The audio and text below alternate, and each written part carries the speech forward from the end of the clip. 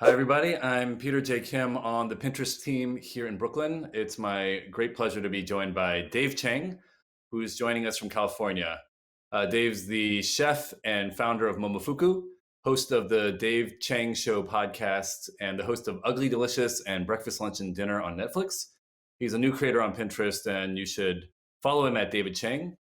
Uh, Dave recently published Eat a Peach, a memoir that gives a pretty raw look at the winding road behind his meteoric success, including his struggles with bipolar disorder. Um, the book is out now and on sale, and I encourage you all to go get it immediately. Dave, thanks for joining for this. Thanks for having me, Peter. Yeah, I just got my copy, and like straight up, I love this book. It's frankly inspiring to see how much of, if I can say it, an underdog that you were for so long.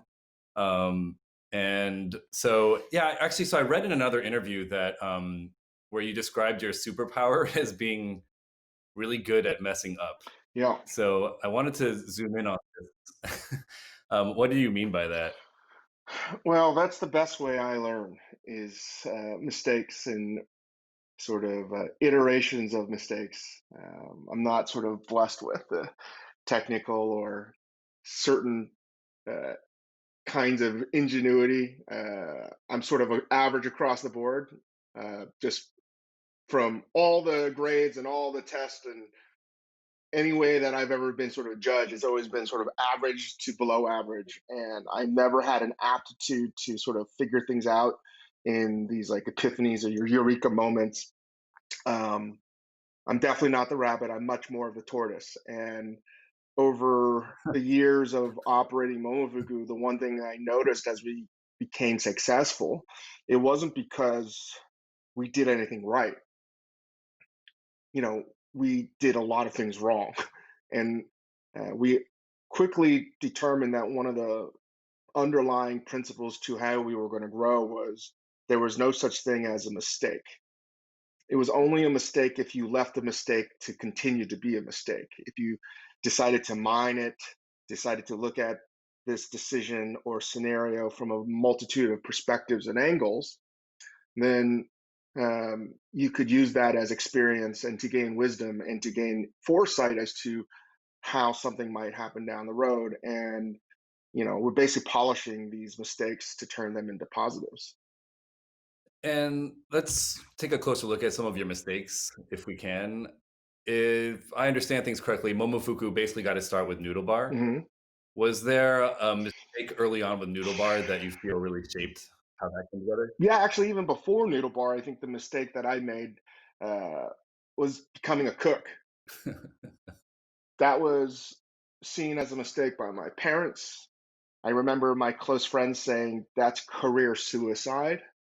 I don't know if it's seen as respectable, but it's now part of culture, it's part of popular culture. And it's not a crazy thing anymore to tell someone, hey, I want to become a cook. All I mean, I can tell you, like almost every kitchen that I see now has like at least one like Ivy League school graduate or some top 5 or 10, you know, that just never ever happened. That was never ever going to happen. And um, I remember becoming a cook and being told, "Hey, college kid," like that was such a weird thing for the people I was working with that I graduated from college, and now almost everybody it seems has not everybody, but it's not such a novelty anymore, and that sort of just set the tone as how weird it was for me to become a cook, and I thought it was a mistake. Everyone thought it was a mistake, and I remember thinking like, well, I can't do anything else because I've done so poorly in school. I don't know what else to do. I didn't have this Proustian moment like, oh, I'm going to become a cook. That was what my future was, going to hold. I just was like, I'm going to see if I like to do it, and I was terrified because if you become this cook, because I failed at so many other things, I was like, what else can you try to do after you fail to become a cook? And that was I would say a mistake because the first 6 months to a year didn't seem like I was going to be a good chef or cook either. And every step of the way until I decided to open up Noodle Bar, these big decisions were always seen as a mistake. And, that was like everyone I knew thought cooking was a mistake. My dad worked his entire life, immigrated to this country, so I would never become a cook, right? He thought, when are you going to stop this? Yeah. And then when I decided to open up Noodle Bar, I had cooked professionally 4.5 years. Everybody, including myself, was like, this is a mistake. I thought it was a mistake too because nobody wanted to work with me. I literally couldn't get one person to work with me. I didn't know what I was doing. I had no idea how to operate a business. I was never a sous chef. I had an idea. And every day, I literally was like, this is a mistake. What a giant failure. What am I doing? And and I to pick out three or four is really difficult because everything was a giant. Even naming it Momofuku was a mistake. The New York City and New York State prevented me from actually calling it Momofuku. I had to sue the state because they're like, "This is a mistake. It sounds like a curse word," And I just felt everything we've ever done was a mistake. And opening up Noodle Bar, the first year plus, I was like, "Man, I don't know what I'm doing. I'm trying to serve ramen or my version of ramen to people. They have no idea what the hell this is." And what I learned from those mistakes was changing my perspective. Is it a mistake because culturally people say it's a mistake, or is it legitimately, scientifically, and rationally, empirically backed with evidence to be a mistake? And that's when I started to be like, I want to start to make more mistakes because it's dawned on me most of the things that we take in as sort of givens or cultural truths or things that sort of perpetuate the status quo are are are wrong, right? So it's not my. I mean, I had to really be careful to make sure that it wasn't solipsism, right? It's a very very fine line. So which is why I try to ask myself, oh, is this idea really truly bad, or is it bad in because like the cultural understandings of it are outdated? And some ideas are just really bad. Like when we open up Sambar, that was unequivocally the dumbest idea I still think I've ever done in my life. I mean, he's so stupid. But the original concept, if you had opened it today, though, I feel like it'd be really responded to differently. Right, because I mean, I try to make these decisions based on data. Like I, I, I, I make a lot of sort of audibles in my life, and what may seem as crazy decisions, but I base it on evidence. That's important for me to make these decisions, and Sambar was something that I was like, well, I remember being in Colorado and Chipotle being very successful. And when I came back from Japan, I was surprised that one of the very first locations outside of Colorado where I first tried Chipotle, when it was like three or four stores, was opening up near my parents' house in Tysons Corner, Virginia. And that's when I was like, oh my goodness, and I was sort of disillusioned with cooking fine dining.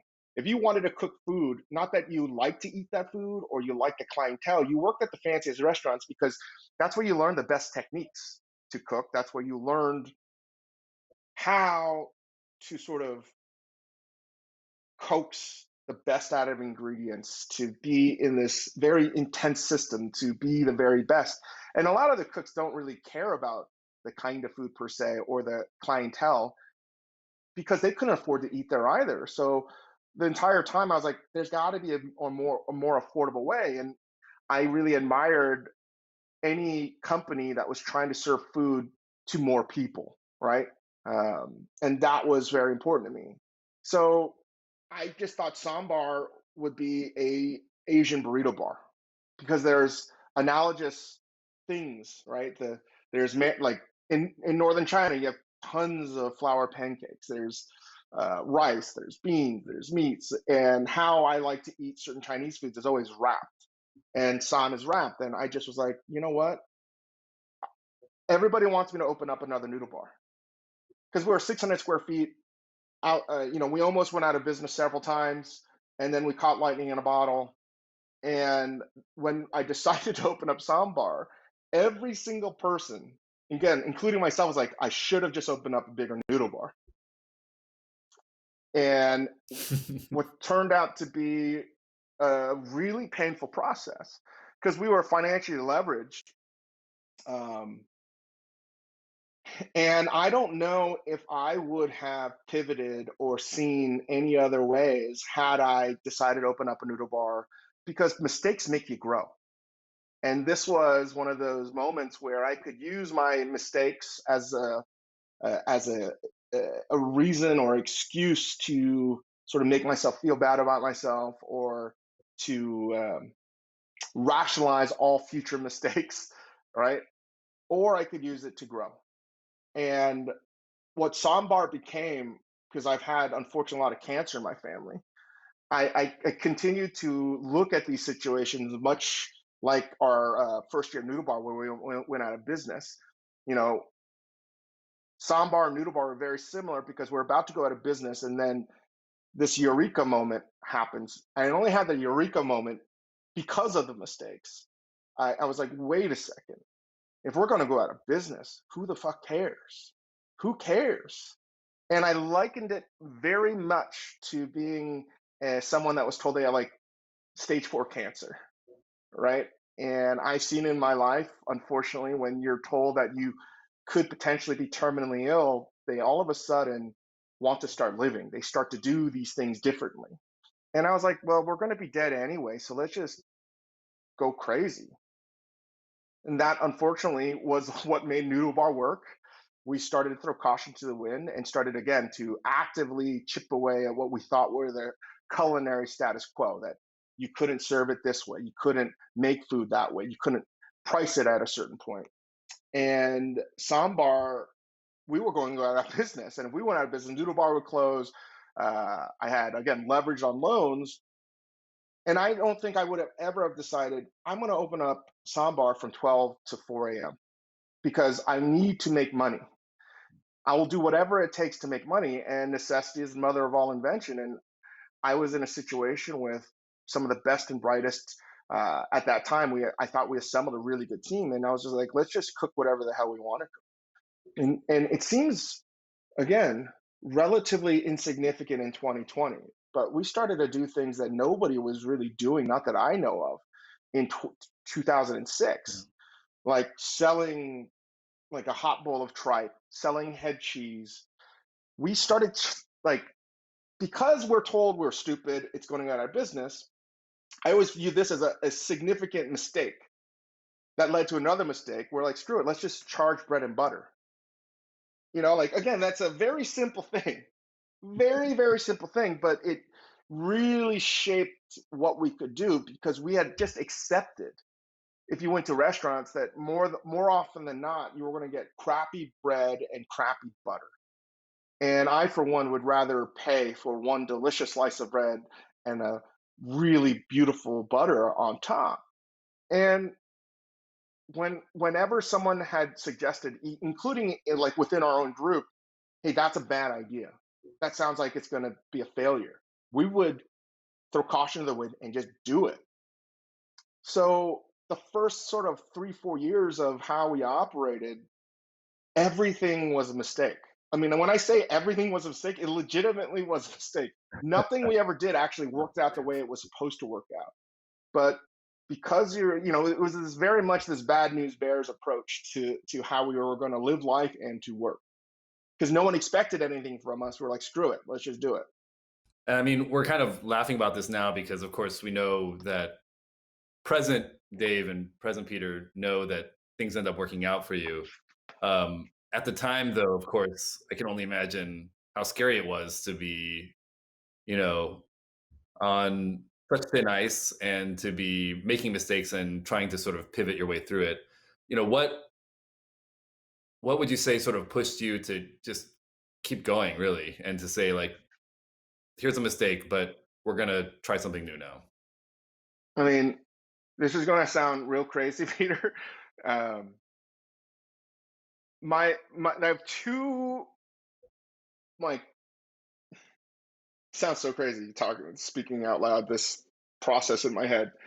I think about two things. One is, um, I took all these logic classes in college. Not that I did very well in them, but it basically gets me to a situation where I want to define a scenario, and it's like the universe of a situation and all the ways you can make a decision. And I want to define it by the worst case and the best case, right? And that takes time to define a set of potential decisions by worst case and best case because you have to use your imagination. And once I sort of define these sort of the ends of these spectrums, I no longer focus about the things that happen in between. Um, Right. I really spend time focusing on what my decision might lead to. And the more I meditate on the worst case decision, it allows me to plan for worst case scenarios, hoping that I'm wrong. And it allows me also to eliminate all the potential decisions that would just shoot for mediocrity. So now I'm only aiming to be extremely successful at something and totally okay with failure. I just do not want to land in between those two things. And the second thing that leads me to these decisions is something that I learned in college as well, and it's the poem, the Bhagavad Gita, that's part of the Mahabharata because I think it's a beautiful story. But ultimately, without getting into the religious context and of it, you have a character that's basically in a trolley car situation, the worst trolley car dilemma of all time, bad or really bad decisions. And the worst thing you can be is to be indecisive. You have to choose a decision and sort of really believe in it. And that became how I still sort of think about anything and everything that we do. And it's incredibly laborious, it's incredibly inefficient, but it primes me for making mistakes. It actually allows me to see, um, without making the mistakes, all the ways we might make a mistake and then plan accordingly. Yeah, actually, you saying that makes me remember my own philosophy classes in college where reading Sartre really empowered me because the sort of one of the basic ideas was there's value in the choice being made Yeah. and that makes that the right choice. And so you kind of just roll with it. And I can definitely see that in everything you're doing too. Um, so with people that you are mentoring or managing, what is your approach when you see them making mistakes? Well, that's difficult. I mean, you got like a year head start on me as a parent, Peter. Uh, I uh, I think there is a lot of similarities with what I've learned as being a chef and being a parent, and I think being a leader or a manager in general. And truthfully, I've been a really bad parent. I've been every kind of bad parent possible to my own employees. I've been an absentee parent. I've been a tiger parent. I've been a helicopter parent. I've been sometimes a verbally abusive parent. You know, because I learned the hardest thing to be is to be present. And to be present is something that I now think about all the time as a father. And if this makes any sense, this is literally how I think about employees that make a mistake or I think are going to make a mistake. And it's like, okay, Hugo, my son, is now running around walking, and he's now definitely hurting himself way more than ever before. I could either not be in the room. I know that, hey, Hugo, if you're going to launch yourself off that second stair, which he does, it's going to make you cry. I could pattern the floor so he never hurts himself. I could always be there and catch him if he falls. And the hardest thing for me is realizing I need to let him fall, but I also have to be there. And that is hard to see someone make a mistake and to intentionally let them fall. That's difficult. And again, it's one thing to let him fall and me not being there. And I think being present for me is being at war with myself, being like, should I help him or should I not help him? And that's what I think being a manager for my own employees is as well. A lot of times when someone is becoming the basically making a menu for the first time as a chef de cuisine or the chef of a restaurant, I have a pretty good idea of what mistakes they're going to make, and it hurts me. It hurts me to see the kinds of pains and struggles they're going to go through. And all I want to do is not make them feel pain. And previously, I would have given them the answers, and they would have just that helps things short term. it really hinders their long-term development because they never learn to make mistakes by themselves. In some ways, Yeah. it's exactly the problem like inherited wealth, right? Fighting inherited success is maybe more difficult than being an acclimated, well-adjusted person if you come from an extraordinary wealth, right? Um, and the hardest part now is to let people make a mistake and I know the answer and I keep my mouth shut. And what I've actually learned to do over time, and I'm not very successful at this, I try to write an email and send it to myself. So it's like verified, like postmarked. And in this email, if it's to one of my chefs, is like, hey, uh, you wanted to hire this person, you wanted to make this dish, whatever the scenario is. Um, you know, I think that these are the most likely outcomes. And each of those most likely outcomes, I think it's going to have this repercussion, and might result into this, this, and this. Um, and just sort of lay it all out there. And then I also write, this is what I think you should have done. And then more often than not, I've been right, and they'll make the mistake. And then they'll come to me, or they'll think that I used to be angry. I'd be like, why? What the fuck? Because I care so much. But ultimately, it makes them feel worse. And I don't want to be condescending. So I write my feelings out and I say, this is what I think is going to happen. And I show them. And that means that I was invested.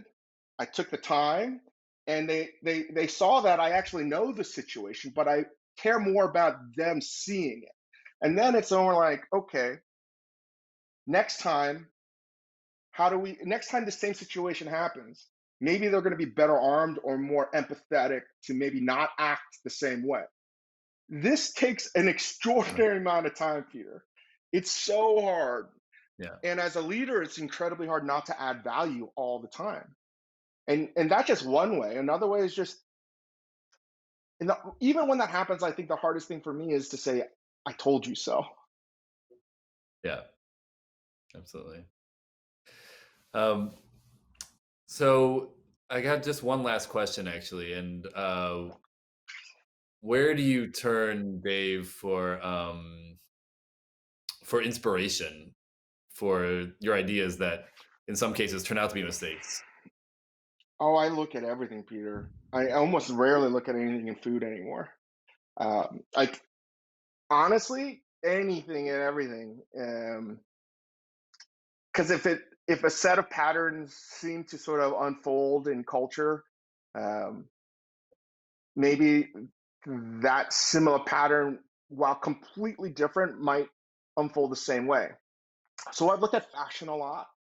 If the fashion industry is very similar to the food industry, and I thought for the years, it was probably 10 years ahead in terms of how uh, business was done and how their designs got to the public, and how it trickled down in terms of the creativity from couture to sort of you know ready made. And now you have a handful of people that have said, wait, I don't want to follow the business norms of fashion. I'm going to either steal these designs. I'm not going to wait 9 months. And obviously, with a couple of these big industries, I mean, big, like fashion houses, like fashion's in a just total disarray because you have like 1 to 3 people doing really well and everyone else doing poorly. That's pretty similar to the food industry, and also how people copy ideas and the business of it. So now it's not 10 years ahead. Restaurant industry and fashion are pretty similar. So I can just sort of think about that and be like, yeah, that's where I can get some ideas. But recently I've been getting a lot of ideas from sports. Um, Oh, a interesting. lot. Like, analytics, whether it be Moneyball with Billy Bean and the Oakland A's, to where you're seeing in football now, where the people on teams are now data driven. You basically have a whole team of Ivy League statisticians trying to crank data to help these teams be better, to challenge the norm with evidence and data. I love that. And just see how people are challenging the assumptions in sports. Like basketball, you can see the 3-point shot becoming more valuable than anything else, and how that changes and how teams adopt.